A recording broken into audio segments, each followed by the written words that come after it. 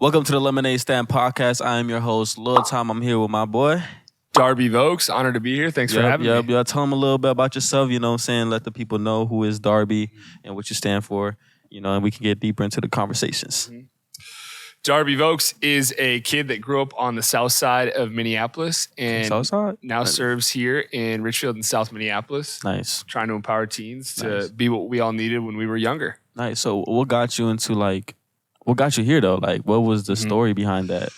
Man, I was a high energy kid who put his energy in all highly problematic places. I wouldn't expect that. I was a kid that loved people, always have, still to this day. Yeah. I just say loving people is the name of the game. It's what keeps me going. Yeah. Parents split up when I was in first grade, had a pretty messy divorce. Yeah. Father got locked up. Do you remember like most of that? Oh yeah. The whole thing, like whole thing. Yeah, wow. Yeah. I mean, you think that affected you like on the long run? Yeah, when you are at the grocery store across from your elementary school with all your friends and you look at the newspaper and you see a picture of your dad on the cover of Minnesota Monthly. On the newspaper? Yeah. Yeah, Minnesota Monthly was the magazine. Wow. Yeah, he was on messy. there. That's messy. Yep. So that was something that stuck with me. It was something that definitely shaped my childhood. And like I said, I think I learned really quickly that the most important people are the ones who are there for you when you're younger. There's nothing more important than who was there for you when you were younger. Facts. And there's nothing more damaging than who wasn't. You think about daddy issues, mommy issues. I mean, people get messed up forever by the abandonment they felt when they were kids. True. So that's why I say I just try to serve now to help kids be who they didn't have when they were younger. So when you were going through that divorce, you know, because I know it's a big thing because, you know, my parents went through a divorce too and it was a big thing. How did you overcome that? Like, because I know that you get a feeling of abandonment, you know, of resentment to whoever side, you know, you take the sides, whatever the case is, a resentment feeling, abandonment, and you got like a feeling of rebellious. So you want to be bad, you know what I'm saying? So how did you overcome that when you were a kid? Yeah. Two things. One, I definitely tried to look everywhere else for feelings of purpose and joy, and that rebellious kid definitely came out. Yeah. And what I found is that you can be rebellious about every single thing. You can be passionate about every single thing, but for me, there's been one thing that works, that actually provides. I tried to be passionate.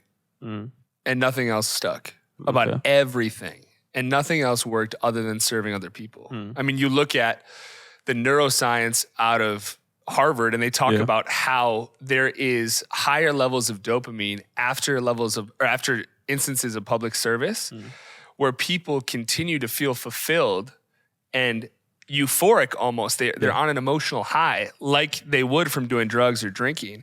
But those levels dissipate. But like after serving or helping someone and having an authentic human connection. So did you delve into like drugs then? Oh yeah. It was drinking, it was the whole party culture, it was hookup culture. Okay. It was everything. I was voted class clown senior year and also life of the party. Okay. And so you were one of like, them. Okay. I can kind of guess what you were. And I felt like I made it. Like I felt like, I'm finally known as peaked at high school. The life of the party. Right? Yeah.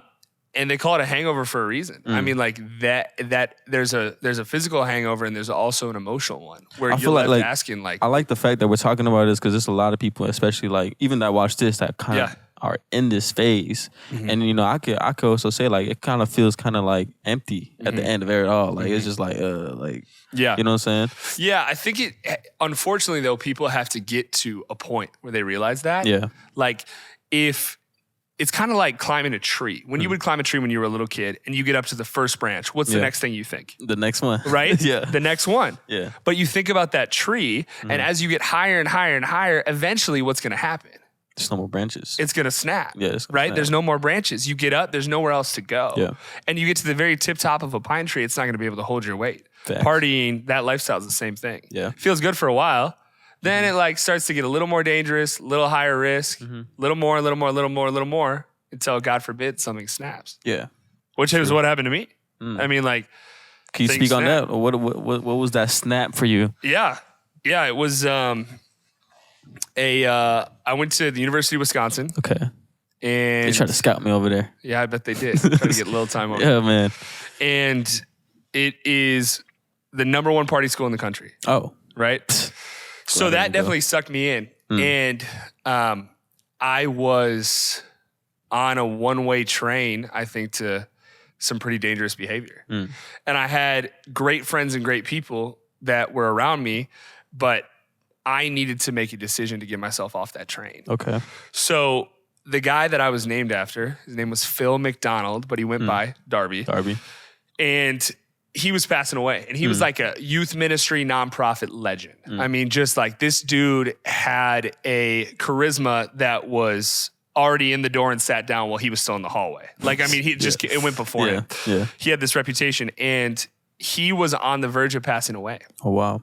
And when I was 19, my freshman year of college, my mom said, do you want to come home and say goodbye to Darby? And I said, should I keep going? Yeah, keep going. I just said, yeah, I would love to. Yeah. And I came home from Madison that weekend. Yeah. And we went to his house in Apple Valley. And we're out there sitting, and he's in a Vail, Colorado sweatshirt, Polo Ralph Lauren. And he's in his 80s. He's a Ralph Lauren. You know, I mean, he's like, this guy's ready to pass away, and he's still cool as can be. He's fly. Yeah, super. And my mom's like, do you want Little Darb? They call me Little Darb. She's like, do you want some time with Darby before he passes away? And I said, sure. Yeah. I mean, how could I miss that opportunity? 100%.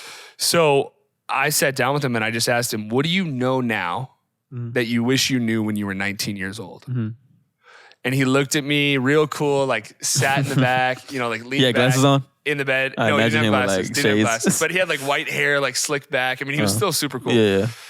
And he looked at me and he's like, Little Darb, you can say yes to yourself and you'll have a good life. Like, which I think sometimes we hear, like, you say yes to yourself, you just are a slave to your own devices. You're going to be a screw up. But like, he's like, no, you'll make money. You'll be great. You'll have a wife and kids, and life's going to be great. Yeah. Or you can say yes to God's will for your life, and it'll be the ride of a lifetime. And I was like, a ride of a lifetime. Yeah. Like, that sounded hard to pass up. And I just knew what he meant by that. Like, I was saying yes to myself at every turn. And I think that's the root of so much brokenness in the world, is people do what feels good in the moment. They give up what they want most for what they want now. Facts. That is why we have problems. This is goes to what I'm going through right now, like back to basics. Yeah. You know what I'm saying? Yeah. I was telling you when I seen your Beanie Hall, I'm just doing myself, me. Yep. You know what I'm saying? I'm saying yes to me. You know what I'm saying? So I'm like making all these moves, doing all this with my knowledge, with my understanding, without God in it. And that had me cover my ears to God's word. So now God's talking to me. I can't hear him. Go back to the basics. Now I have to go back to basics. How can I go back to how, you know what I'm saying, I was going through God's guidance, not mine. You know what I'm saying? And that's what people chase. Is like, you have to ask someone, when I first started doing youth work, kids would show up to programs and they'd show up stoned or they'd show up drunk. And I would just I was like, behavior management. You can't be doing that. Yeah. Then a mentor of mine, Cesar, was like, a more important question isn't what are they doing? It's why are they doing it? Because it goes back to the reason I was in that state is because, like, how am I going to do this? Because everybody said, look, my mom always tell me, like, my mom is very spiritual, and she would say, like, yo, go God's way, and it's gonna, whatever you're trying to accomplish is gonna come by quicker. Yep. And in my head, I'm like, how? Yep. How is it gonna come quicker? God's way seems like the slowest way. It seems like the most longest journey ever, and I'm trying to do this as fast as I can. So I'm moving like this because, like, how? Like, how? I feel like every kid is like, how? Like, who, how, when is the, where is the truth? You know what I'm saying? So it's like. So how do you respond to that? I mean, when you ask mom, how's this going to be quicker? Yeah. What did you learn? Because, like, sometimes it does feel like a longer way. You know, everything my mom says, I take it in. But then at the end of the day, I'm going to do my own thing. You know what I'm saying? Which is like, you know, it's just how it is. So that rebellious. Exactly. So it's like, she says this, I know in the back of my head, but I'm going to be like, you know what? I don't see the vision. I can't see past how it's going to happen with God. let me try to do it myself real quick. But I'm gonna say I'm doing it with God. I'm gonna just say, hey, yeah, I'm doing it with God. Yeah. God is in whatever decision I was making wasn't God's way, you know? Yeah, yeah. And that can feel like a longer path. And it is because it got me to a point where I'm like, okay, everything is going so good. It's so easy. Yep. You know, you realize the devil gave you things, it comes so easy. It comes so easy. Boom, boom, boom, boom. I hit this point, everything's about to happen, and then everything crumbles. Yeah. Everything falls. And then I'm like, okay, it's just part of the journey. I'm gonna keep going. I'm gonna keep going. It's going like this. And then you hit a point where you hit the bottom of it. Yes. And you're alone. Yep. You realize like, yo, everything just went to crap. Yeah. Everything just. Yes. Oh, my own strength. Hold on. So like, I'm at the bottom now and it's like, how? Yep. How did I get here? I'm doing everything. I calculated so correctly. Yep. You know, and then that's when God says, yo, I go back to basics. Yeah. You know, go back to basics. Yeah. Yeah. That same mentor, Cesar, he talks about there's rock bottom, and we all know what that is. Yeah. Right? People know what that is. That's when you can't go any lower. Yeah. But then there's also rock top, where you get everything that you were chasing, and you find out it's not what you were looking for. You know, crazy. Like Jim I'm afraid Carrey, of that too. Yeah, totally. Yeah. And Jim Carrey has this quote that I reference all the time when I work with kids. He says, I wish everyone could be rich and famous so that they could see that it's not the answer. Yo, you know what's crazy, Darb? You know, as I was going through this journey of myself, right? And I'm going like this. And in my head, I said, yo, I'm going to get what I want. And I know I'm going to get there, but I'm going to be empty inside. Yep. Whole time I'm climbing. Yep. In my head, I'm like, I'm going to be empty when I get up here, though. I'm going to be so alone. I'm going to be solo. And I knew that in the back of my head. I knew that. And I would tell even people around me, like I'm going to have everything in the world, but like, I'm going to be alone. Yeah. That's what I would say because I just knew it. Like, I felt it. And it was probably God telling me, like, yo, bro, like, Yeah. Shaquille O'Neal talks about that. He says on his way to the Hall of Fame, he sacrificed family, he sacrificed his marriage, he sacrificed all that. Then he talks about how once he got inducted to the Hall of Fame, he had a 100,000 square foot house and no one to share it with. He was all alone. That's crazy. It happens all the time. Yeah. And that's rock top. I mean, I have a buddy who's a hugely successful salesman for the number one baby equipment company in the world. Travels to China all the time. He's meeting with manufacturers. He's meeting with buyers, Target, Walmart, everything. And he says, there's no feeling more lonely than the day after his commission check. So when he signs a big deal with Target, whatever, he's like, there's no feeling more lonely than 2 days after that signing. The first day, you're kind of riding high. Next day, what's next? You're chasing the next thing. Tom Brady says that. He says, what's his favorite Super Bowl? Tom Brady said, the next one. It's never enough. Yeah. It's never enough. Yeah. It's crazy because like when I'm going through this, like at this point, I hear go back to basics. What is like back to basics is the things that, you know what I'm saying, don't really give me money. It's really just the friends, the friendship, the family, you know, being with my brothers more or like one time, what's it, Gordy? Gordy. Yeah. Gordy. Yeah. He's in that picture with you right over there. Yeah, it's crazy. Gordy just invited us to watch a movie. Yeah. I would say no, right? Like I'm busy, I'm all this, that, that. I'm like, no, what? And then, but I sit back and think, okay, I think I might need this, you know what I'm saying? Just to like, just be outside of where I'm, you know what I'm saying? So I'll go and I'm like, yo, this is the vibe. Like I like being with friends or people that care, even if it's not direct, you know what I'm saying? You know, I still feel if something were to happen, Gordy's gonna be like, yo, I got you. Or, you know, whatever, or the people I was around that, you know what I'm saying? So back to basics is like go back to your story though. Shared values. I mean, Gordy models that well. Like you are the average of the 5 people you spend the most time with. So think about that.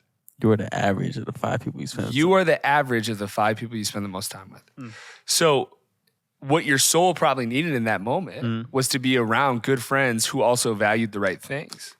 Because you become who you affiliate with. Facts. You know, and like people, I think, really got to ask themselves that. They're like, man, why am I so lonely? Who are you hanging out with? Yeah. 100%. Why is my life such a, I mean, people say this about dieting too. They say the best way to get skinny, hang out with skinny people. Hang out with fit people. And it sounds like, oh, that's cat. But like, be a millionaire, hang out with millionaires. Right.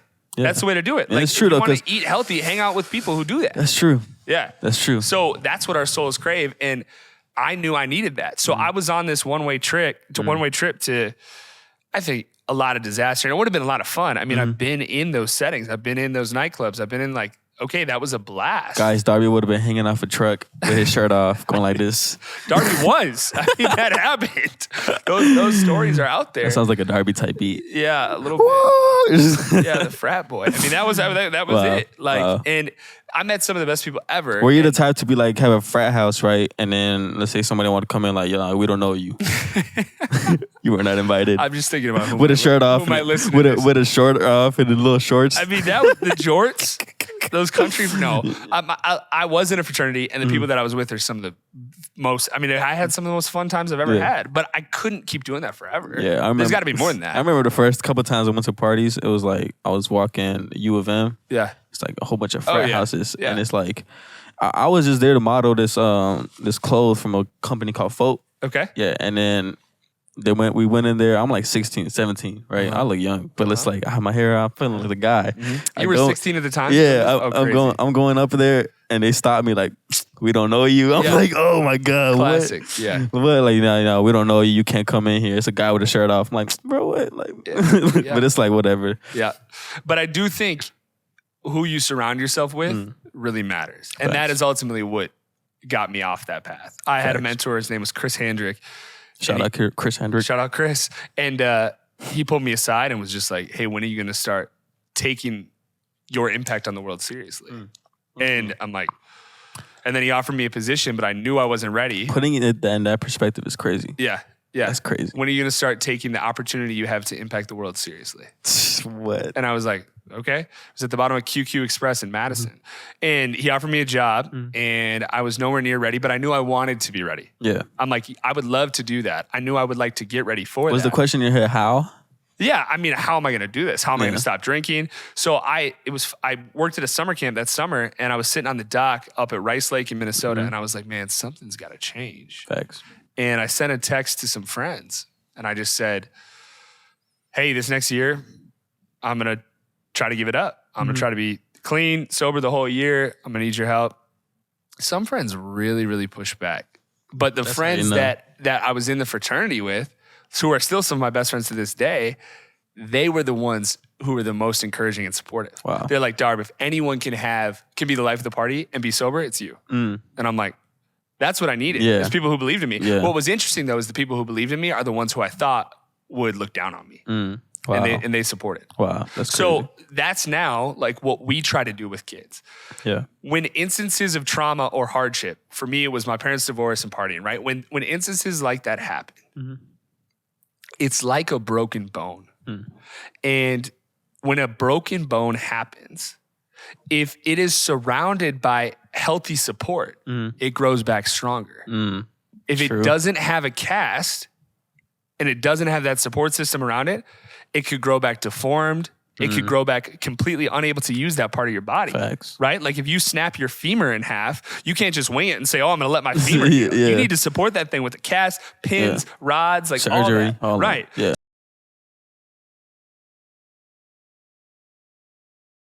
Yeah. So what we try to do is inspire a volunteer movement to care for kids who, when they've experienced trauma, we support them so that they can heal back and grow back stronger from it. And I think it works. Like, it really works. You've been a part of it. Yeah, I mean, it works. Like, like I mean, I was just saying, like, my experience, like Darby's always been trying to get me into, like, the young life and this, that, and that I will never come. You know what I'm saying? I mean, I was good. For years. Yeah, I was good where I was at. You know what I'm saying? Like, even then, my mom wouldn't even let me, to be honest with you. Like, because, you know, you got all your friends are going to Young Life. She thought it was just fun. I'm like, what? I want to go to Young Life, everybody talking about, yo, last night we was playing the game, this, that, and the third, and then Darby started. I'm like, what? I want to go.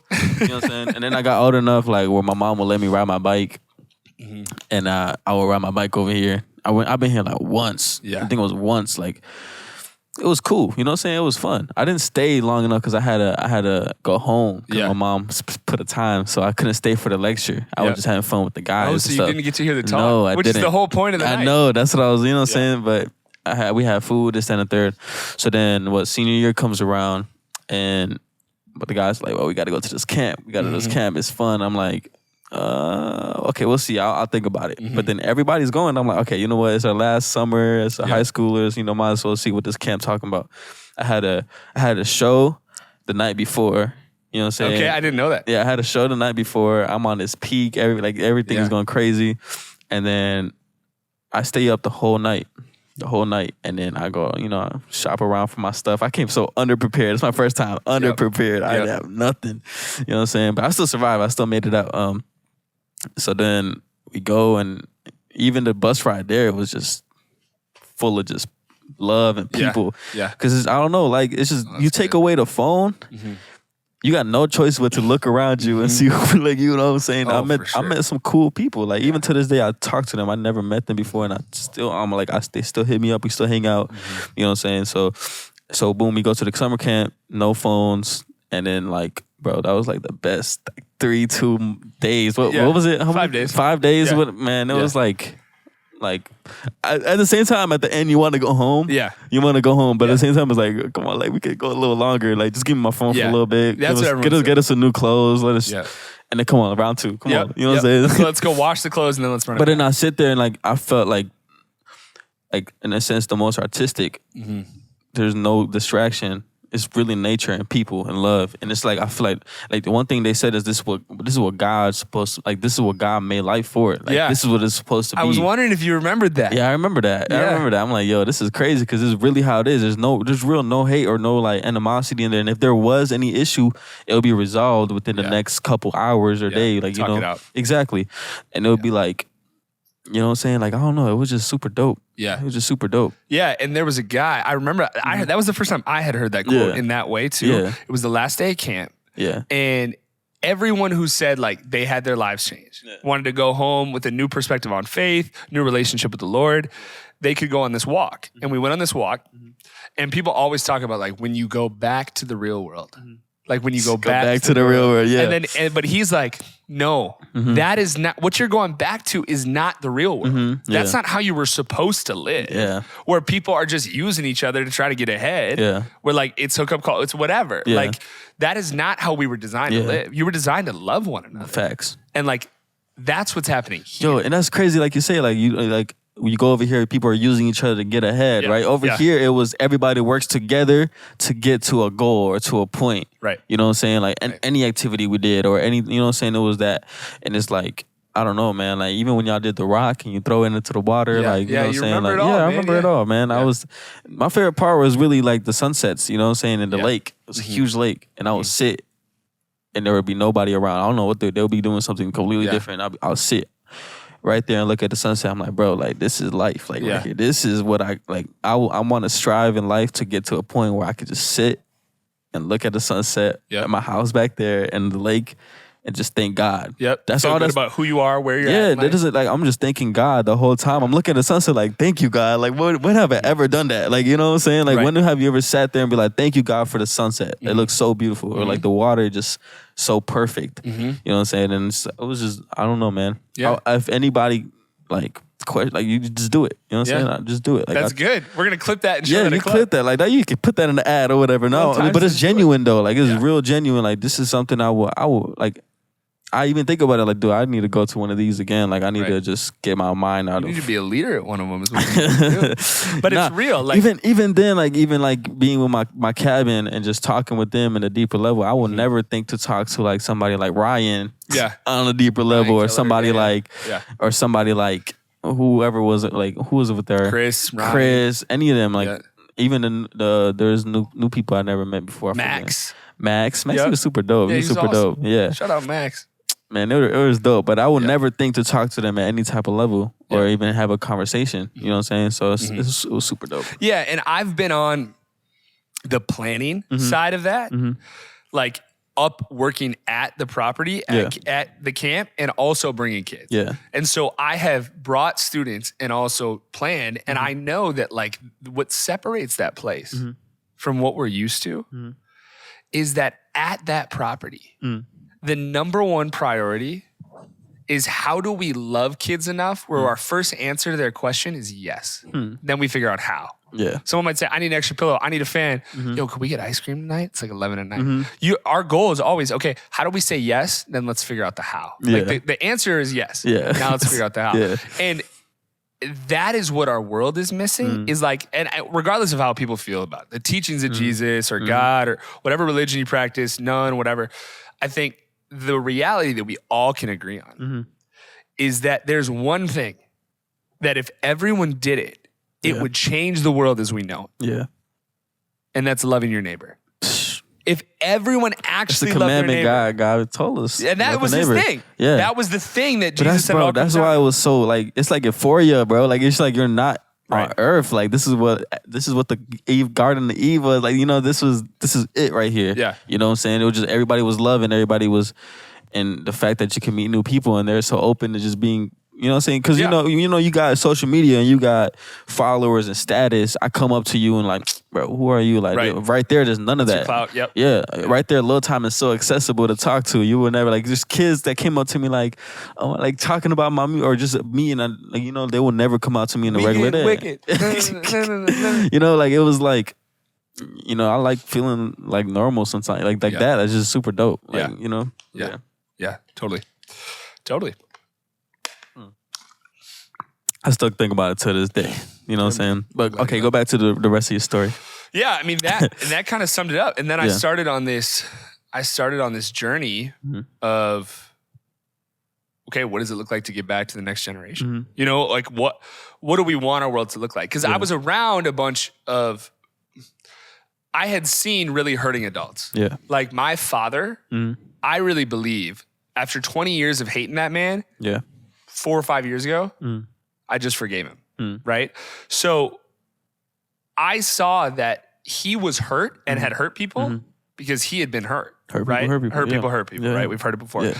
Now, so I had been hurt by older adults. And then I was around a bunch of hurting college kids trying to figure out who they are. So I'm like, all right, I've seen adults hurting. I've seen college kids hurting. I want to work with high schoolers. And then I saw that there were high schoolers that were hurting each other. So then I was like, all right, I want to go with middle schoolers. And now the dream is like, what if we started a whole thing like pre-K, elementary, like cradle to career. We had an organization that cared for people and helped them live up to their full potential. Cradle to career. Wow. Where a single mom is in the community and she's like, I don't know how I'm going to do this. My baby daddy is a low life. He's gone. But because I have Live Up or whatever organization you want to call it, because I have that, I know that from cradle to career, my kids are going to have the resources they need to succeed. That's the dream. Because that way you don't have to shop around to the county, food pantry, clothes shelf, like, it's a stress. That's the whole other church, like, you got to go to all these different agencies, social services. Like, what if there was just a one-stop shop in a major metropolitan area like Twin Cities? And it was like, yeah, life's been really rough. I made some bad decisions. My husband made bad decisions. But because I have this organization, I know that my kid's going to have the resources it needs to succeed. That would change the game. That would change the game. So that's the dream. So, well, to touch back on, like, you say you say you had hate for your father at some point? Oh, man. Yeah. For a while, it was hate. Like, me and my mom one question though, so like you say you hated him, but on the day-to-day, you didn't feel like you hated him. Yeah, I felt numb. Yeah, but then when you think about it, like, I hate him. Like, okay, I see what you. Okay, go ahead. Yeah. Just to clarify, because a lot of kids were like, I don't hate my dad, because you don't think about it. You know what I'm saying? But then when you really like sit back and think, like, yo, I do hate my dad. You know what I'm saying? Okay, yeah, I think it was. I mean, like, he looking at what he owes in child support. And then making those student loan payments every month. I mean, that was tough. That's hard. Like, especially as you're an adult and like money hits you. And you're like, oh, stuff's not free. If you could live with your parents, do it. Do it. Please. Do it. And maybe we get hopefully some more student loan cancellations. That would be great too. That'd be great. So I'm like making these payments and I'm like, yeah, there was some real resentment. And I the hard part is, I think my mom would say she's forgiven him. But I don't know if she's actually forgiven him. Yeah. I think she's still hurt by some of the things he did. It's kind of like a snake. Like you might chop the head off, but it's still writhing. And like, if that venom still gets in you, it's still a problem. Like, so the pain is still there. And I was really numb to him for years. And then I saw this clip. And it's so crazy how God can work through social media. For real. And also there's some really crappy stuff on social media and some bad theology, but like like when God talks, he gonna talk. He right. Gonna, he gonna let it know. Yeah. You just got to know how to filter a little bit. But there was this clip from Bruce Springsteen. You know him, the artist, like the boss. He's like classic American rock and roll. Bruce Springsteen. I should get into fame. Yeah, fame. I mean, if that's I don't know if that's your cup of tea, rock. But yeah, okay. Yeah. So like, he's iconic. Like, he has a clip talking about his dad, and he talks about how his dad showed up on his doorstep right before he and his wife Patty were about to give birth to their first child. Wow. And his dad looks at him, and he's on his doorstep, and he says, "You were always really good to us." Talking about how Bruce was a great son, worked hard for his siblings, everything. He's like, "You were always really good to us, but I wasn't very good to you." And in that moment, Bruce Springsteen was like, whoa. And he takes it in, and he's like, he realized that in the best way he knew how, his dad was trying to apologize. Yeah. Saying, you were always good to us, but we weren't always good to you. Yeah. I wasn't always good to you. Yeah. And in that moment, he had a decision to allow his dad to be an ancestor in his life. And then he says, in our kids' lives, we are either ghosts or we are ancestors. Ghosts haunt the future generations throughout their existence. I see. They're like a haunting presence in the back of your head saying, well, I messed up because my dad did this. I can't earn an honest income because my dad was a thief. Or I'm going to abuse or hit or yell or have a temper because my parents said. And then we pass on that generational struggle, right? That generational trauma. Or we make peace. We make peace with people that have wronged us. We make peace with our broken parents, realizing it's their first time being parents too. Facts. You know, they're broken people too. And that's what they say adulthood is when you realize your parents are broken people too. Yeah. So we make peace with that, and then we break some of those generational cycles of pain, and then we allow them to be ancestors rather than ghosts. And in Bruce Springsteen, in that moment, his dad was petitioning him. He was asking him for an ancestral role in his life. I see. And I realized I might never have a conversation with that, conversation like that with my dad. My dad may never take full responsibility for what he did.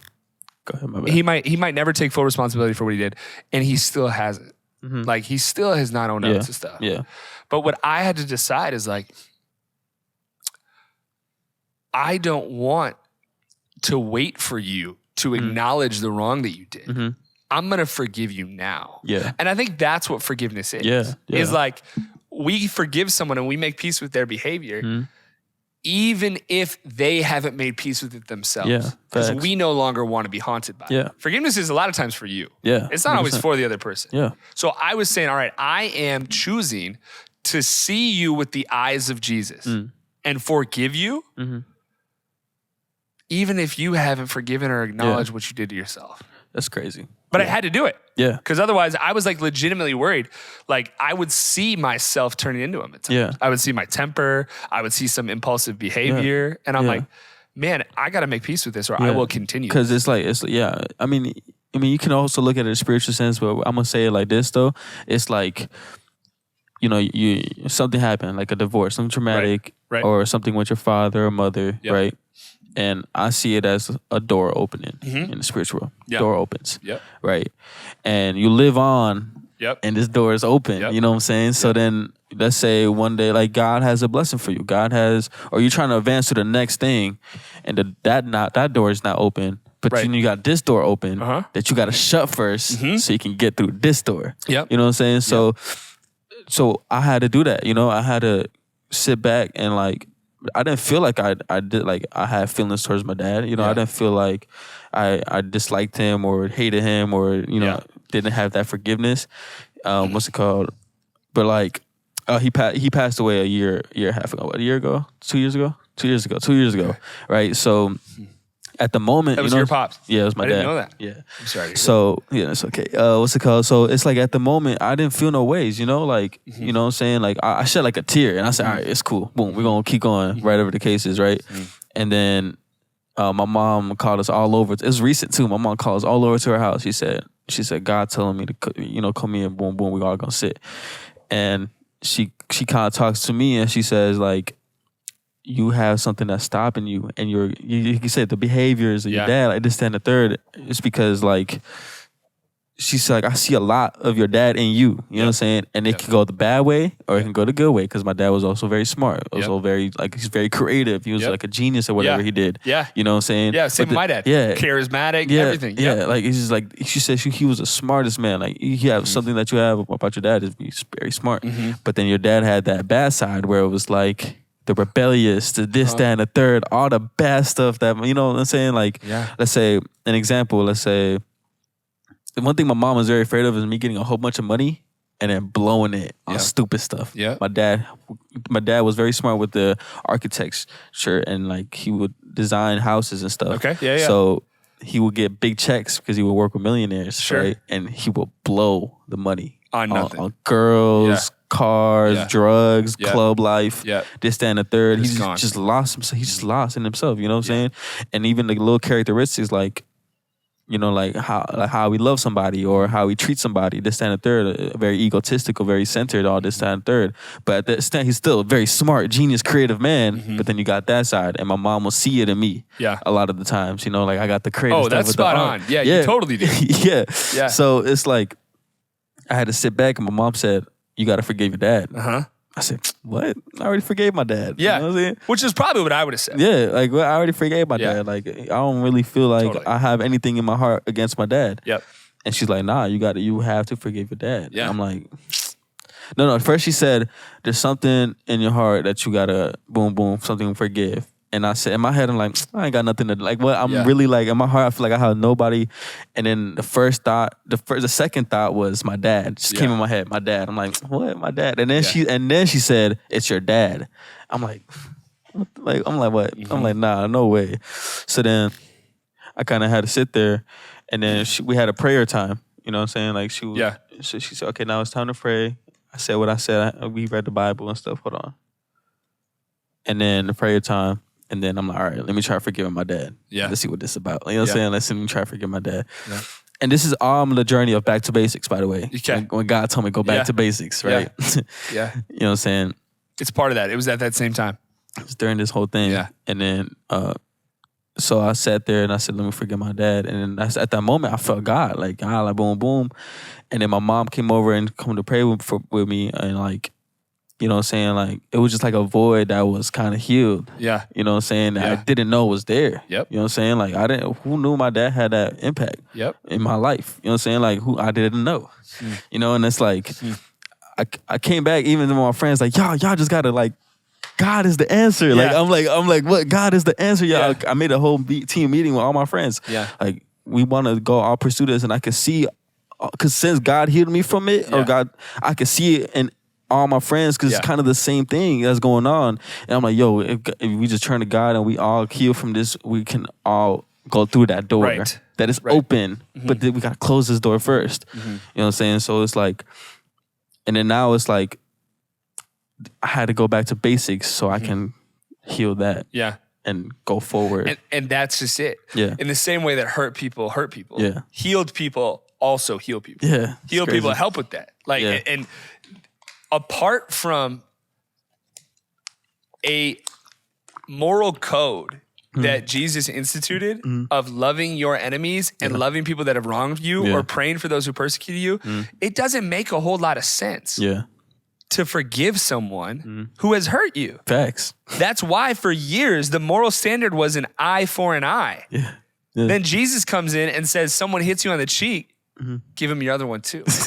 Someone steals your tunic, give them your cloak too. That's a whole new way of being. But it's a way of healing. Yeah. Like, the world never got better by giving someone else what they deserve. True. You know what I'm saying? Yeah.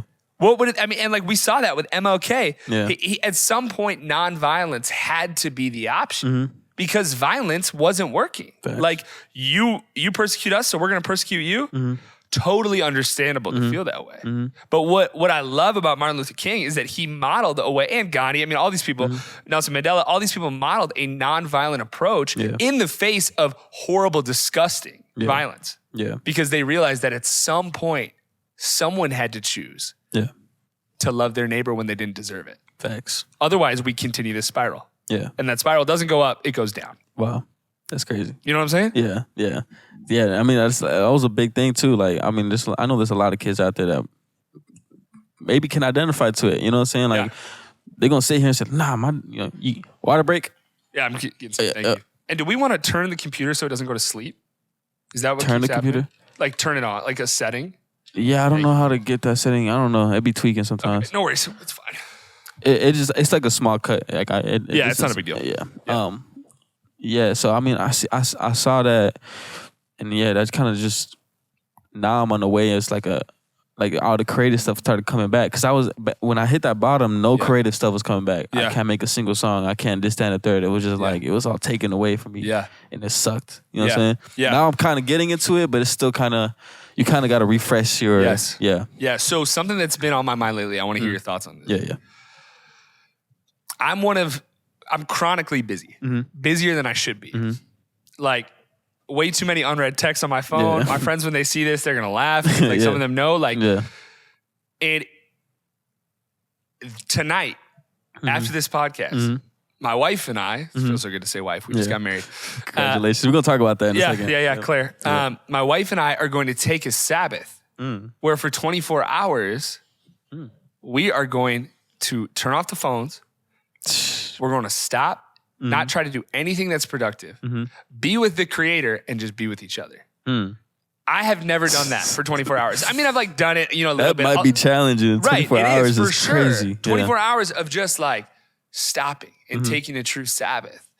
And part of why we're doing this is because the speaker, his name is John Mark Comer, the speaker that instituted this idea in my life. I'm going through this practice with work. It's called Practicing the Way with this speaker, theologian, pastor, author named John Mark Comer.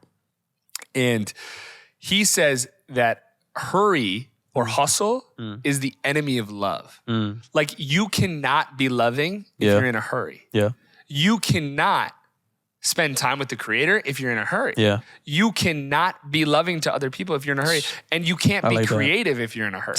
Gosh. You know what I mean? Like, what if they would have told Da Vinci, hey, paint the Mona Lisa as fast as you can? Or Michelangelo, the Sistine Chapel, but you got to do it in 10 hours. Yeah. No way. Yeah. Beauty takes time. Facts. You can't become a beautiful person and be rushed doing it. Yeah. So I'm seeing how it goes. Yeah. But I think like on your creative journey, because you're a hustler. Like you are like, man, what's the next move? What's the next thing? Where we going? Yeah, right. Where are we going? What's the podcast? What's the next song? Yeah, right? Like, what's the next venture? You're an entrepreneur by nature. Yeah.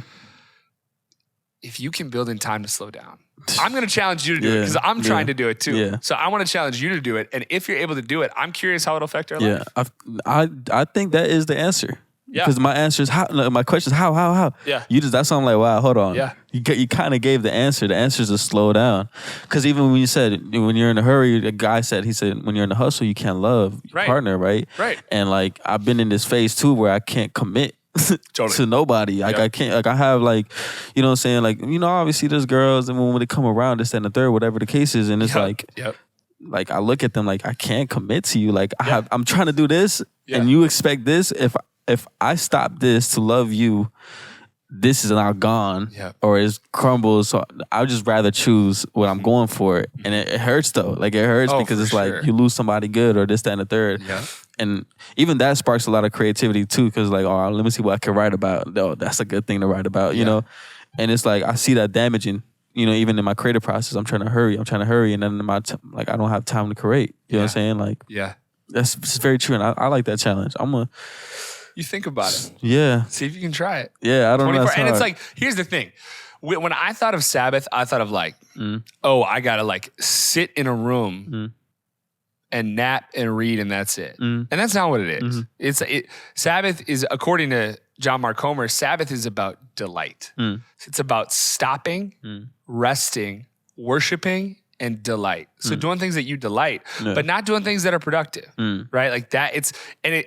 It's an acknowledgement that some things will need to be left undone. Yeah. Because little time can't fix the world on its own, right? I mean, that's where we need our faith for. That's where we need other people. We're trying to get to that point. Right. If we think we can fix the world on our own, you'll burn out.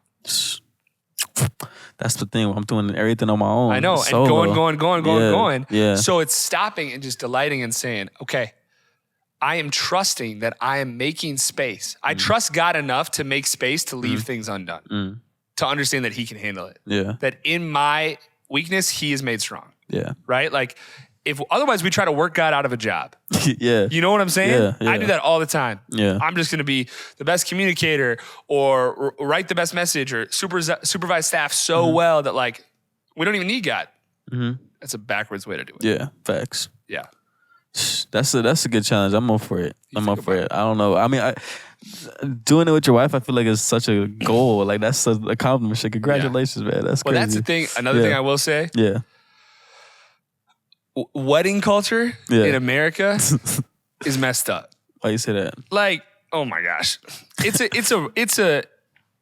keeping up with the Joneses. Like, it's just you're just trying to stunt. Like, you know, and I think you don't have to do it that way, but like, it has become so materialistic. I mean, the amount how expensive a wedding is crazy. And I see that even like you ask a girl like, you know, the wedding, like my ring got to be 100,000. Yes. This, that, and the third. Like, where is the love? Right. Where's the love? That's crazy. And at the same time, though, you are committing to a person for your whole life. Yeah. So it is worthy of being the biggest celebration of your life. So like, I understand I want to be fun, but like we got married in Jamaica and by our calculations, it saved us money because getting married here is even more expensive and more people would have been there. Yeah. So that part of the wedding process. I see a different, I see marriage, like you have your marriage where you do that commitment. Yeah. You know what I'm saying? Like it's like a covenant.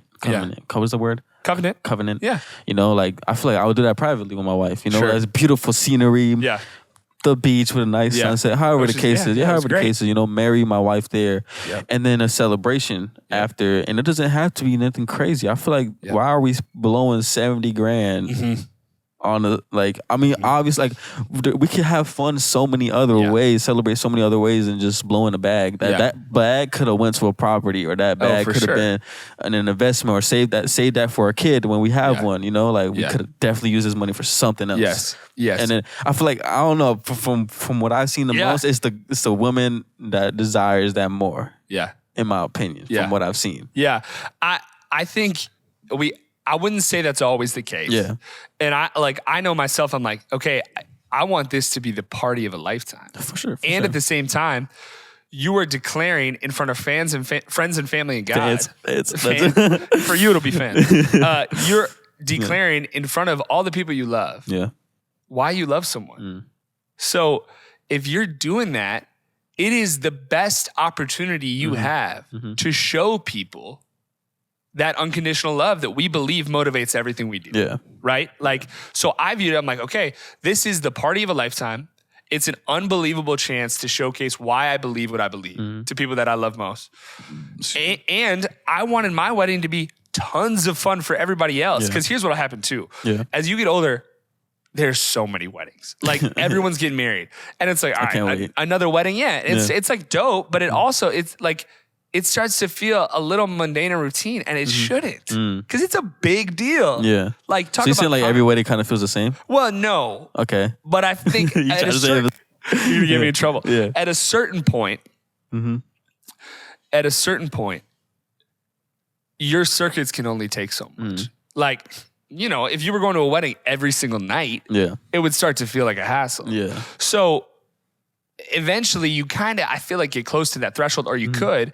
So I'm like, I don't want my wedding to be a chore for people. Like, and it was a lot to ask. And we were so honored to have friends and family come down to Jamaica for our wedding. That's crazy. And that was a big hike for them. But the hope is like, man, I hope that was the most fun vacation you've had in a long time. Yeah. Right. But so all that to say, the weddings can be a headache, but marriage, bro, unbelievable. Guys, let's clip this 10 years from now. Yes. Yeah, I said it.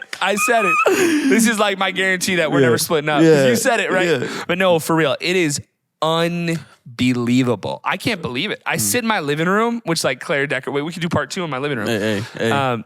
Which like would make sense because we do a lot of work out of our house. That's like, we live in this community for a reason. So we want to work in this community alongside our home. Like it is a very personal job. Yeah. So I sit in my living room that she decorated all nice and beautiful. And everyone who comes in there is like, did you decorate this? And I'm like, no, it's all Claire. And it's true. Yeah. But it allows people to feel at home. Yeah. And I sit there and I'm like, the woman I love most is upstairs. I got a little kitten running around my feet. I'm in a house that I love, in a job that I adore, able to pay bills. I'm like, I never thought this could happen. That I could work in a nonprofit, pay off my loans, be married to literally the girl of my dreams.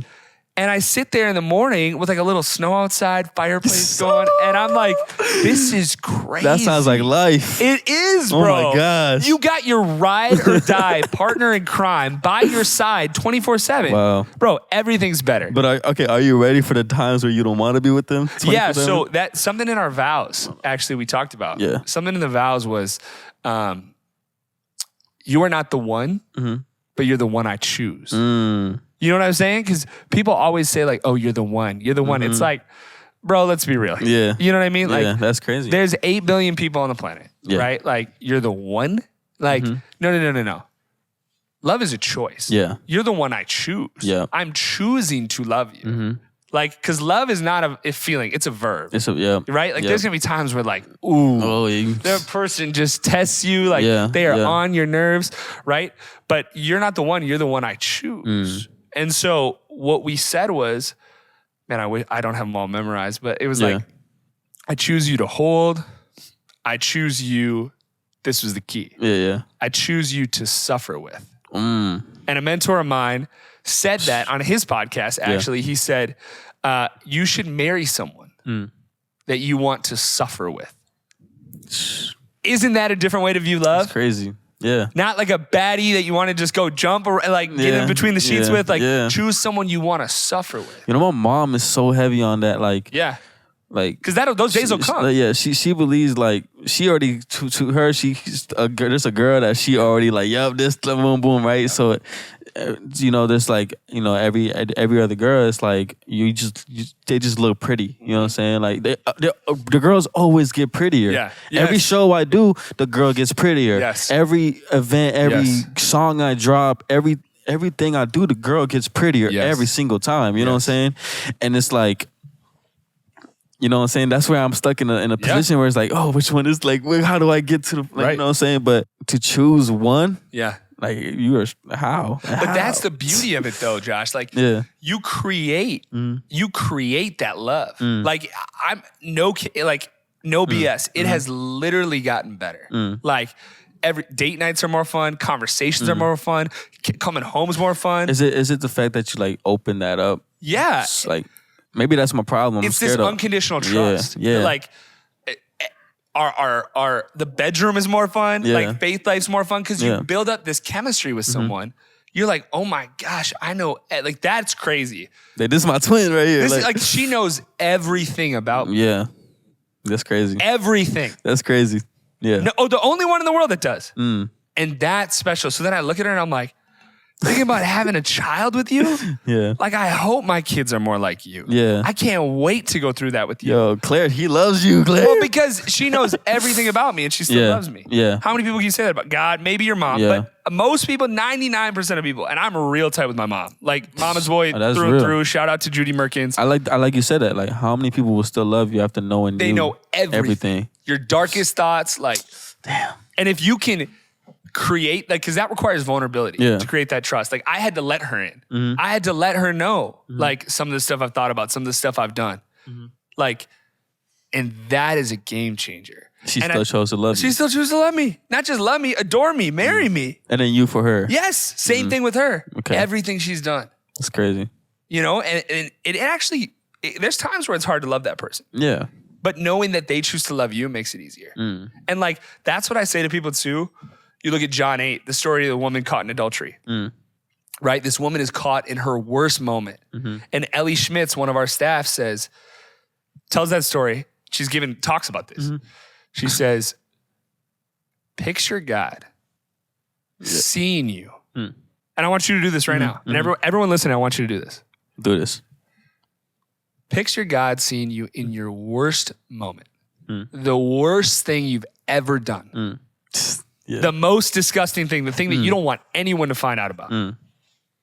Picture him being in the room Like God is not a man. Picture her being in the room. Picture God being in the room, looking at you in that moment with love in his eyes, saying, I still love you. I still choose you. That's crazy. Isn't that crazy? That's crazy. Yeah. Brings tears to my eyes. I'm like, crazy. I still love you. He's like, I was there then. I loved you then and I love you now. That's the type of love that that's why I'm in this job. Yeah. Because if people can accept that love for themselves, Facts. it'll change the way you live. Facts. If you know that you are loved, even in the worst, darkest, messiest moment, it'll change the way you view yourself. It'll change everything. It's crazy. You know that, like I was like, bro, it don't matter how big I get as an artist or whatever I go through. Like I definitely want to come back and do this. You know what I'm saying? Like, like the fact that you have a house that people could come in and feel homey. We had 25 kids over I would this morning. love that. I would love that. Like what? I mean, obviously it's like a safety issue when you get to a level where it's like, but there's still like within the community, I would still love a house that I could have where kids could be loved. You know what I'm saying? Yeah. Like it's like this will be back to basics at that point. Yeah. You know what I'm saying? Because when you're at that level, you saw all the fake, all the this, that, and the third, the business side, all this. Like, you don't think I'm gonna be exhausted and I'm gonna be like, I need to go back home. And you're at a good spot, bro. Like this is like a dream. It's a dream. Yeah, it's like a dream. But here's the messed up part. You ever heard of Brene Brown? Okay, so you'll research her after this. Brene Brown is like huge famous psychologist. She's like up there with Oprah. Like she's like homies with Oprah. Okay. She's written all these books and like she talks about the phone blowing up because I posted you. She talks about how we try to beat misery and pain to the punch. Like we're so afraid of being joyful that we tell ourselves like, this isn't going to last forever. Yeah. Like at some point the wheels are going to fall off, right? I've heard people say the key to life is low expectations, right? What a broken way to live. Like you're never going to let yourself get too high or too low because we think that if we try to beat misery to the punch, it'll make those times easier. Yeah. But it won't. Yeah. We try, this is her quote. She says, we try to dress rehearse tragedy.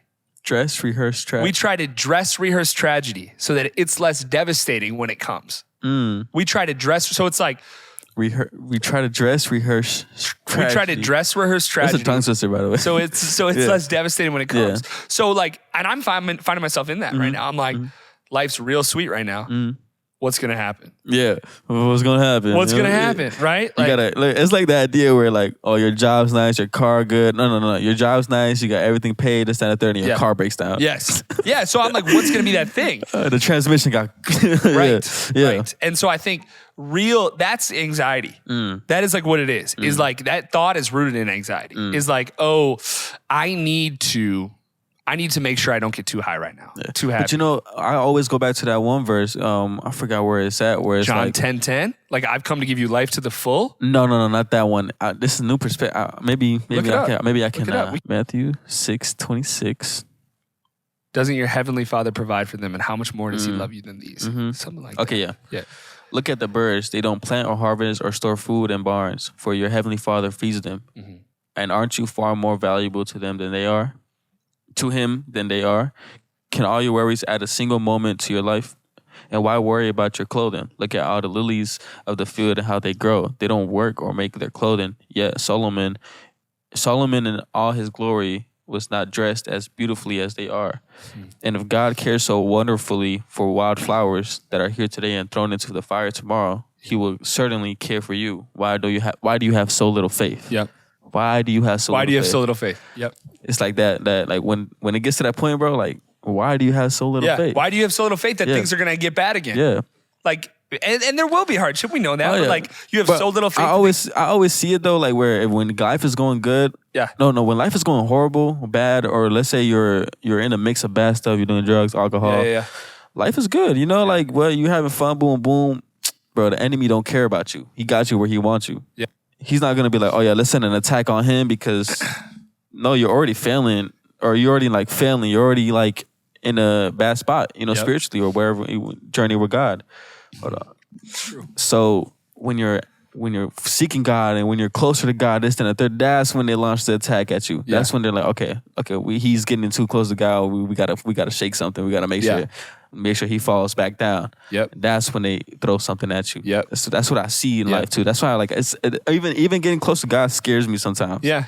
Because like, damn, I know it's gonna hit, and that's when things are gonna go south. Yeah, because that's when the enemy gonna be like, all right, you want to play? I want you back where I had you. Yeah. Tim Ross hosts a podcast called The Basement. One of our staff, Sam, he like loves this guy, and this guy's like real deal. Like he says it like it is. Yeah. Tim Ross, and he talks about you want to really piss the devil off.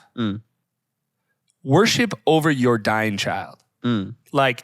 Sing that God is still good even when times suck. Because like people look at that verse and a common criticism of religion is that it is the opioid of the masses. In other words, like it is the thing we just tell ourselves to make ourselves feel good. Right? Like it's just this thing that we tell ourselves, oh, God's got me so I don't have to worry because God's just going to provide my every need. But also, Jesus talked about take up your cross and follow me. Yep. What happened when he took up his cross? What happened to Jesus when he took up his cross at the end of his life? He said, what? He got killed. Yeah, he got killed. He got killed. Yeah. Right? Not a trick question. Yeah. Right? So like, are we prepared for that? Yeah. Like a lot of times we're like, oh, it's going to be easy. Like if God's for me, who can be against me? Like life's just going to, it's like, no way. Yeah. You're called to serve others and love other people. Yeah. That's not always going to be easy. Facts. But what it does lead to is life on the other side of losing. Like, what do you need to lay down? You know, what do you need to lay down to give God control over? Because there's life on the other side of what looks like losing. Yeah. Wow. You know what I'm saying? Yeah. Let me see the other part of the section where this back to basics, teaching money and possessions. Yeah, look it up. I'm going to text Claire back. She just called me. Okay. Look, this is what happens when you're married, guys. This is what happens when you're married. You got a text in the middle of the podcast. She goes, just got home. Ready, I'm going to send her a picture. Okay. It says, don't store. There you go. Shout out Claire. Shout out Claire. Claire will hear this. It says, so this is back to basics era. What I'm seeing, like, I'm trying to get the bag. I'm trying to like this, that, and the third. I'm trying to like figure out how I'm going to make a way. You know what I'm saying? It says, teaching about money and possessions. Don't store up treasures here on earth where moths eat them and rust destroys them and where thieves break and steal. Right. You know what I'm saying? It says, store your treasures in heaven where moths and rust cannot destroy and thieves do not break in and steal. Wherever your treasure is, there the desire of your heart will also be. And that's what God brought me. God brought me to that verse. Yes. I'm back to basics era. That's it. And that's what you need to hold on to. I love that happened. Gordy, who you were talking about earlier, who's in that picture with you. I don't know if we'll get a shot of that later. But we'll get a shot. Gordy, he was over for small groups at my crib this morning. 25 kids over small groups. We're literally talking about the same verse that we're talking about. How crazy is that? So we didn't even plan this. That's crazy. I'm not kidding. There are 25 kids that'll listen to this, and I'll say on Friday, what's the date? Today is what? Friday, February 23rd. They'll remember we talked about take up your cross. Wow. And what do we need to lay down? Wow. Because there's life on the other side of what looks like losing. But we talked about how Gordy said this. Gordy said, you've never seen a hearse with a trailer hitch. It's like a country song too. It's like, you've never seen someone with a funeral trying to bring it with them. Like, you can't take it with you when you go. And that's what's crazy is like, that is what most people are working towards. Yeah. Money. Yeah. Filling up that hearse. Yeah. And you've never seen a hearse with a trailer hitch. Jesus said, don't store it up here where moth and rust destroy. Right? Like, there's other treasure that's bigger than you imagine. Yeah. You know? The hard part is, though, the whole world tells you to chase this thing. Yeah. The whole world. Yeah. And, like, it's not going to be enough. You know? But that's the thing. People say, like, oh, I'm an atheist. I don't believe. Everybody worships something. Yeah. Everybody worships something. And that's also back to basics where God also brought me to a verse where it's like, he brought me to multiple verses. There's the lukewarm one. He spits out the lukewarm, either you're hot or cold. He brought me to that one. So I had to choose at that moment. I knew I had to choose. And then the verse where it was like, thing has lost my mind. Repeat the last thing you said. Everybody worships something. Okay, whereas like you can't have two gods. Yeah. You know what I'm saying? Yeah. So it's like money can be your God. And at this instant, money was my God. You know what I'm saying? I'm trying to seek how. That's the answer. How? But my mom will always tell me, yo, go God's way because it'll come quicker. And God, like, it's God's way. Right. You know what I'm saying? And I'm like, how? It doesn't make sense in my head. You know what I'm saying? It's because God, Yahweh is my center, not the money. At that point. That's why it's come quicker. That's what I'm saying. And I'm glad we're coming full circle on this and landing the plane, because sometimes it seems like it's taking longer. But if you arrive at the opposite of God's way quicker, like you might say, oh, I'm just going to do a LilTime's way. Get the money, the girls, whatever. You're not actually ever going to arrive because it's not actually what you're searching for. Drake talks about this in Search and Rescue. I love that song. I love that. You know what I'm saying? Song. He's like, come and rescue me. Take me out the club. Take me out the trap. Take me out the group chat. Tell him it's a rap. Like, he wants someone who really, really loves him for who he is. Because he's like, the club just doesn't do it. That song's a powerful song. You know? Man, he doesn't even, like, he's getting old, bro. He need to find God. I would be curious to sit down with Drake. Me too, right? bro. Drake is one of my inspirations. Because he talks about a lot of these themes. And he's obviously wise. He's brilliant. You know? I think Drake's downfall was probably the women. It's like, like, well, he had. He will talk about it a lot. Like, whereas, like, he's at a point where it's like, he doesn't believe in marriage no more. Because, I mean, it's really his fault. You know what I'm saying? Because he just, this culture of just whatever it is, like, just disturbed whatever it was supposed to be, if that makes sense. Totally. And, like, what he did with his son, like, I don't know if he, like, my buddy, I have a buddy who's a huge Drake fan. And he's like, huge Drake fan. Yeah, he's huge. And he's like, no. He was just about to, like, release his son to the public. And I'm like, didn't he get called out? Like, who called him out? Was it Soulja Boys? Pusha T. Pusha T called him out. That's right. Oh my gosh, remember that? That was like the Cat Williams. But like, I wasn't even a Drake fan at that point. Okay. I became a Drake fan in 2020. No, 2021. Okay. But I'm like the biggest Drake fan. You are now? Yeah, now I am. Because the thing with me and artists is I don't relate, or I'm not with like a bandwagon with the music. I feel that. I relate to them first before I go into the music. So with Kanye West, I always bring up Kanye West and Drake in my podcast, but it's like Kanye West is the same way. Like, hold on, let me try to. Kanye West is the same way where I didn't relate to the music. I didn't like the music. Like, I didn't listen to the music. But then when I seen how Kanye was rolling out Donda, it's like, this is what I would have done at this position. The production, the clothing, the art, everything about it. That's when you hopped on the wagon. Bro, I wouldn't even call it a wagon. It wasn't. I mean, he was falling off the wagon at that point. But that Donda, it was like, bro, I was the most creative I ever been. Because it's like, bro, this is what I would have done. Let me strive for this real quick. And then Drake is like, with the girls or the commitment. And it's like the way he story tells about like the way he feels, bro. I feel exactly what Drake is saying every time. Like, it's crazy. He's a phenomenal storyteller. And like, I would be curious to sit down with Drake and say, all right, what do you feel like, Drake? What's the thing you worship? Like, you think it might be women. I wonder what it is, because everyone is worshiping something, and everyone it could be themselves too. It could be, and I think a lot of times it is. I think for 90% of people, it's what it is. Like, it was that for me for a long time. For sure. It still is for me. I mean, I still slip into that for sure, all the time. For sure, like, I screw up and get selfish. I'm one of the most selfish people I know. And I'm actively working on it, but it's a hard go. But like, everyone is. Yo, you just gave me an idea. Please don't judge me. I'm selfish.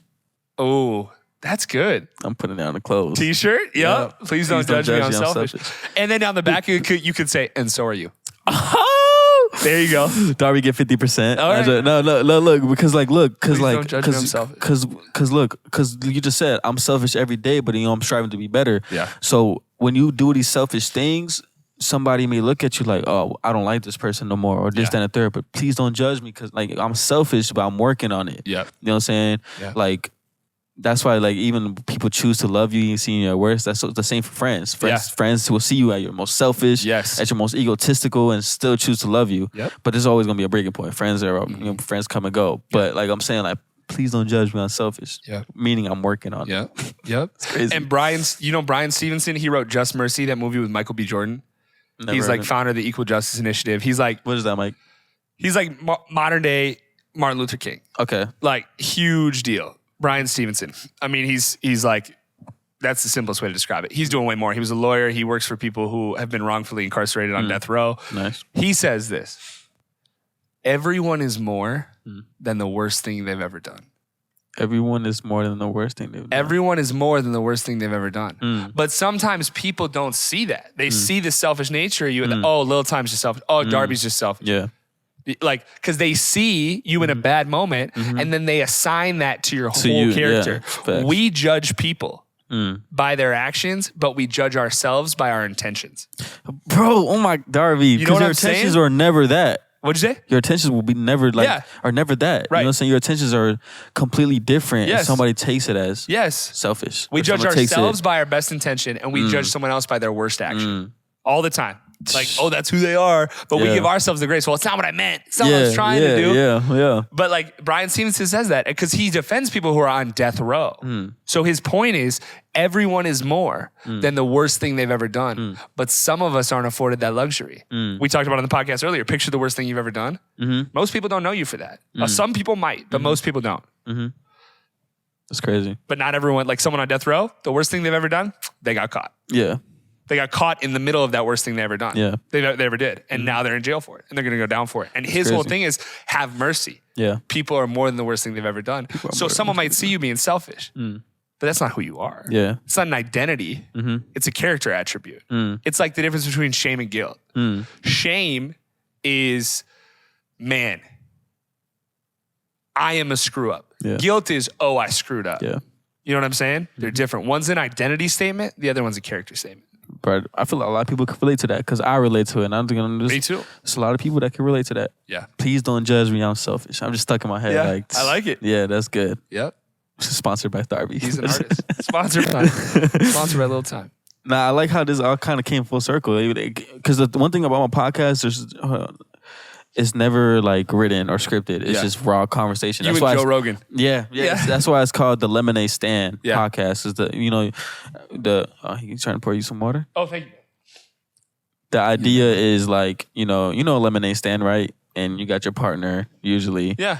And you guys just talk until somebody come by and buy a drink. Yeah. The idea is, you can come here and just lay whatever you're feeling, just talk. Yeah. Just raw. Yeah, I love it. I didn't come here thinking like, oh, whatever, some script, something like. No, every podcast. But I like how this one came full circle. I love it, man. I'm honored to be on here. I appreciate you asking me. Yeah. I love it. I thought you were gonna be like, all right, we're gonna talk about this, but you just shot from the hip. You just got into it. Just raw. Yeah. We do everything right now. I'm joking. We're protection, guys, or just don't do it at all. Anything you want to lead the podcast with? I feel like we definitely need a part 2 for sure. Like this is like. Yeah, I love what we talked about. I think it went full circle from marriage to getting back to the basics to faith to our own story, our own history. Yeah. I think the main takeaway that like I really want to remember from this is that please don't judge me. I'm selfish, and so are you. Yeah. Like we are all works in progress. That's so crazy. But the question is, what are you working towards? We talked about how everybody worships something, right? Everyone's betting their life on something. Like whether you do or don't believe, you're betting your life on something. Yeah. What are you going towards? Cesar, my mentor, said that God cares more about your direction than your perfection. So it's like, where are you heading? And a lot of times we think success looks like this, up and to the right, right? Like it's got to be like, but really high, low, spirals, back, it's the journey. Yeah, it's the journey. Yeah. And giving ourselves grace in those low points. Yeah. And not letting ourselves in those high points try to shortcut it or underchange it. Like we talked about. Like don't experience the fullness of life. Yeah. Dude, it's stuck in my head. Please don't judge me. I'm selfish. Yeah. What the heck? Because it's like you said. It's your new shirt. Yeah. Selfish is you said it's a attribute or it's a what? It's not. It isn't an identity. Yeah. It is it's a habit. Yeah. You know what I'm saying? Yeah. It's a part of who you are. It is not all of who exactly. you are. So please don't judge me for my habit. Yeah. You know what I'm saying? Yeah. Please don't judge me. I'm selfish. Yeah. Gosh, dang. That's how I've been feeling this whole time. Yep. This whole time, bro. It's a bad habit. That's so crazy. So my brand is called God and Us. Okay. God and Us. Okay. And it's the 7s. I mean, I don't know if you've seen it, but the 7s. And it means because God's perfect number is 7. He made the earth in like 7 days or whatever. And whatever he did in 7 days. Yeah. And I identify with the number 7, and so does my whole crew and my whole team. We just all love the number 7. So I said, okay, God's perfect number 7. His, like, you know what I'm saying? He made everything. So imagine the Trinity too. So 3 7s. Yeah. God's perfect number is 7. Yeah. We are 7. God and us. You know what I'm saying? Okay. So if I'm 7 and God is 7, put them together, God and us. Okay. You know what I'm saying? So, and the Trinity, everything comes back to the Trinity too, because So the logo is 3 lines. I'll show you, but it's 3 lines. Show it to me. Yeah, 3 lines, and then you got 3 sevens, and then every shape and design is gonna be kind of like a triangle, 3 points, the Trinity. Yeah. You know what I'm saying? It's just like, you know, the way usually a hoodie fits like a box, kind of. Sure. Like, so, but the way I want to design it, where it's like, okay. You know like what I'm 2 saying? sevens? Like it's just like down. Oh, sure. So you got a hood. Like a cloak. Kind of. You know what I'm saying? I feel That's like the I've idea. seen some stuff in Kanye's line about that. Kanye is dope. He has clothes where it like looks like that. I don't co-sign some of the stuff he says, but he has clothes that I feel like I've seen. The new new merch, the Gap stuff. Yeah, the idea is like, but it's all like selling for like $40. no, $20. Oh yeah, $20. $20. I Is that love that. intentional? He wants it to be okay. Because people are like, oh, bummy. No, he's always wanted. His whole mission is always to make everything $20. Okay. The foam runners, the Yeezys. The reason he left Adidas, the reason why he left all these things was because they wouldn't let him charge it at $20. Because you know the business, the profit, whatever the case is. He said, nah. So I mean, I don't know if he did it strategically or maybe he just tried to find a way out. Yeah. But he did what he did Yeah. to get out of that. Maybe. And that's like the basketball shoes. This might be before your time. But like Shaq got clowned for signing with And One back in the day. I used to wear them. Yeah. You know And One, like the logo with the guy dunking. Yeah. People like, You get baked. I will bring them back just so so kids don't feel like. And that's was his thing. Was like, oh, you're clowning me for making basketball shoes affordable. They're like, bro, your shoes are sold at Walmart. And he's like, yeah, so every kid can have a pair of basketball shoes. Yeah. You know, and people clown it. But now we like look back, hindsight's 2020. We're like, oh, it's dope. Yeah. Shaq was onto something. He was a maverick. Because, Kanye did it. He's cool. So it's cool now. Right. Like, now, see, everything I have on is thrifted. Yeah. Everything I have, like, I just bought it just today. Yeah, I like those. I don't know what this is. I just bought them because they look Those like are clogs. yeah, they're like the grandpa clogs, but you make them cool. These are like little Nikes. Yeah. This from Disney. And it's like, Yeah. who cares about the brands or this, that, and the third? Right. The idea with God and Us is like a high-end luxury brand. Yes, that's the idea. But it's also like, it's so like, if you look at my Instagram, my caption is homeless man found on beach. Okay. I'm going to show you right now. Okay. And the idea is like, it's okay to, you know what I'm saying? Like, look. Homeless man found on beach. You scroll just like. We'll have to get some of these pictures inserted. Yeah, because people will say, oh, like, you dress like a homeless man or this, that, and the third. Yeah. What? Like, Yeah. I'm not trying to wear the Burberrys or the Gucci's or this, that. I'm just trying to wear how I feel. Yeah. Or how I, Not trying to have the logos and all the designer. Bro, where do you see logos in my clothing? Yeah. You know what I'm saying? For those of you who can't see it, it's pictures of Josh up on the North Shore. Yeah. Dressed like a homeless man on the beach. Yeah. This is... But looking fly. I mean, like... It looks fly, though. Yeah. Like, you know what for I'm saying? sure. Yeah. And the idea is like... Back to the please don't judge me I'm selfish. Please don't judge me for my circumstance. Please don't judge me this, that, and the third. You would judge a homeless man for the clothes, but then you got LilTime looking dope as hell and it's the same clothes that they would wear. You know what I'm saying? And it's like, why are we judging somebody for the clothes? Yeah. You know what I'm saying? I used to get bullied for my clothes back in the day. You know what I'm saying? Like, it's because we're insecure. Yeah, I didn't have the best sneakers. I didn't now I can afford any sneaker I want, but I'd rather wear these clogs that are unnamed. Yeah. Because I make it look cool. So when you come across somebody that don't got a name brand, you don't think twice. You know, like, oh, like he still got it on. You know what I'm saying? Yep. It's not about the label. It's about who's behind it. Yeah. Give me any clothing. I will wear it. Oh, yeah. I will rock no question it. about that. I will rock it. No question. But God in us going to be the biggest thing. Watch. There you go. God in us. God in us. Get it. Link in bio. Not yet. Not yet. Oh, not yet. Still Drop coming soon. Soon. Drop coming soon. I'm gonna send a care package to you, so you can there you go. Do a little I'll unboxing. Yeah, come on, I'll do a little video. It's gonna be okay. So it's gonna be like it's just a tracksuit, right? Okay. But it's like my style. Okay. So you're gonna look drippy. You're gonna look dope. Don't give away all the surprises. I want to experience it. Yeah, I got you. You're gonna have a little care package coming your way. All right. Maybe one for Claire too. Anything you want to leave the podcast with? No, we said it all. I think just keep tuning in. Lemonade Stand. Yeah, where can I follow you? You can follow me at That Guy Darby on Instagram, Darby Voeks on Twitter, Darby Voeks on Facebook, Snapchat, DarVoeks13. You can follow the Young Life if you're around the cities in Minnesota. Yep, Crosstown Young Life. Check it out. You know, it's a pretty dope experience and they got food, so Come through. Thanks, Thank God guys. for listening. Appreciate Gotta you. give him a kiss. Yeah, there it is. There it is. That's a good way to sign off. Yeah, I yeah, like that's that.